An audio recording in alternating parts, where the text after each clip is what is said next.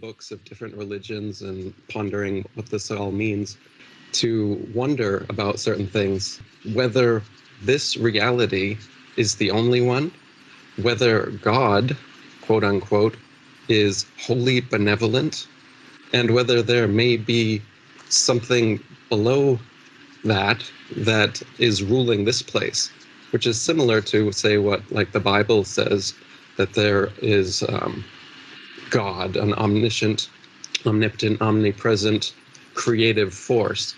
But then that this God created this alternative force just below him, this evil version, Lucifer, Satan, the devil. And this demigod is then blamed for a whole bunch of things that are present in this reality, negative things. And I wonder, why are they present at all? What reason is there for all the negativity that exists in the world? If you could create anything at all, you're God, all-powerful, able to create heaven, able to create perfect beings. Why would you create anything less? What is this place? Who are we? Why are we here? Why is this place created? So I've got a lot of these questions about the creator and my place in the creation that none of the current religions have really satisfied. Right. Yeah, I've got those same questions. Most people that you encounter in your regular daily life are just wandering around as if they know exactly who they are, what they're doing here. It's either that or they just don't think to ask these big questions. And that amazes me, how somebody cannot ask the biggest questions that a human ever can. Who am I? How did I get here? What am I doing here? What's the point of it all? What created this realm? And where am I going when it's all done? And you absolutely nailed it in that short video you put out recently titled You Know Nothing. And you used the metaphor of the boat. A bunch of people are out at sea on a boat. None of them know how they got there. They just woke up one day, they're on the boat. All you can see around you is open ocean. There's no sign of land. Nobody knows where the boat is headed. Nobody knows who built the boat. That is a perfect metaphor for the conditions in which we find ourselves. And how can anyone not question what all that is about? I've got three sort of overriding questions, Eric. And you're probably aware that I put out a video the other week titled, Is God Really Good? People don't like to hear these questions asked. So I just want to recap on what those three big questions were, and then I'd love to get your take on it, although I suspect you've got the same questions as me because you just touched on one of them there. So the first one is, why is there a direct, observable correlation between the amount of good work that you try and put into the world, the amount of help that you try and offer to others, the amount of service that you try to put into creation, to the rest of humanity, and the amount of suffering and hardship that you will reap as a result? So you can use the scientific method on this one. It's observable, it's testable, it's repeatable. Try it. Anyone out there, try doing good work, helping others, doing what you know to be right, putting others before yourself, selflessly being in service to creation, and see what happens to you. I think you will find that you reap a whole load of shit in your life as a result. Suffering, hardships, obstacles. Everyone I know in my personal circle of contacts and friends is going through hardship of that nature right now. And, they're generally good people that try and do the right thing. So that's question number one. If we have a loving, benevolent God, if that's what it is, why are good people made to suffer so much?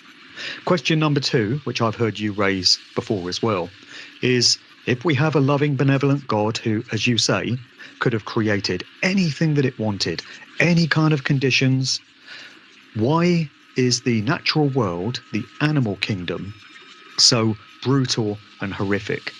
Why is it necessary for billions of living sentient creatures to have to murder each other in absolutely horrific ways just to survive another day themselves in the food chain that we have? So those are the two main questions. And then there's another one which piles on top of that.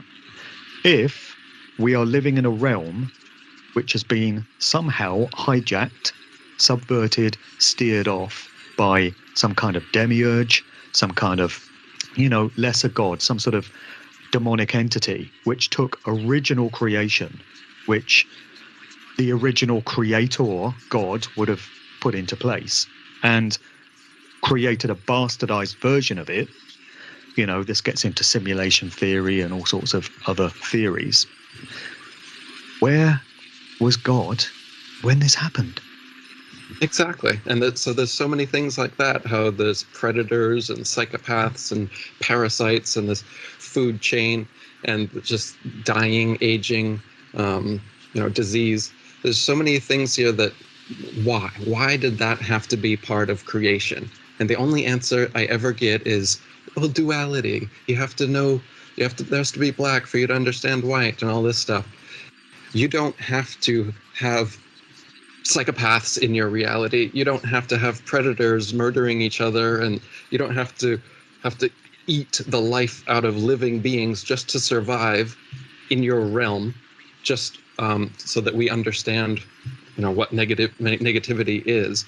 Duality as a single answer doesn't cut it for the extreme amount of suffering that we see here. And I've also presented the idea that if you were to have, say, an hour of the best pleasure ever here, and then afterwards you had to be subjected to an hour of the worst physical torture here, would anybody actually take it? Because the pleasures, whatever you can think of that you could spend an hour pleasurably doing here on Earth, is not nearly as pleasurable as the pain that the most torturous thing that's possible here is. And so when you talk about duality, oh, well, you need to know the black to be able to appreciate the white, Eric. Well, why does the black have to be so pitch black? And why is the white only kind of off-white and not even that great?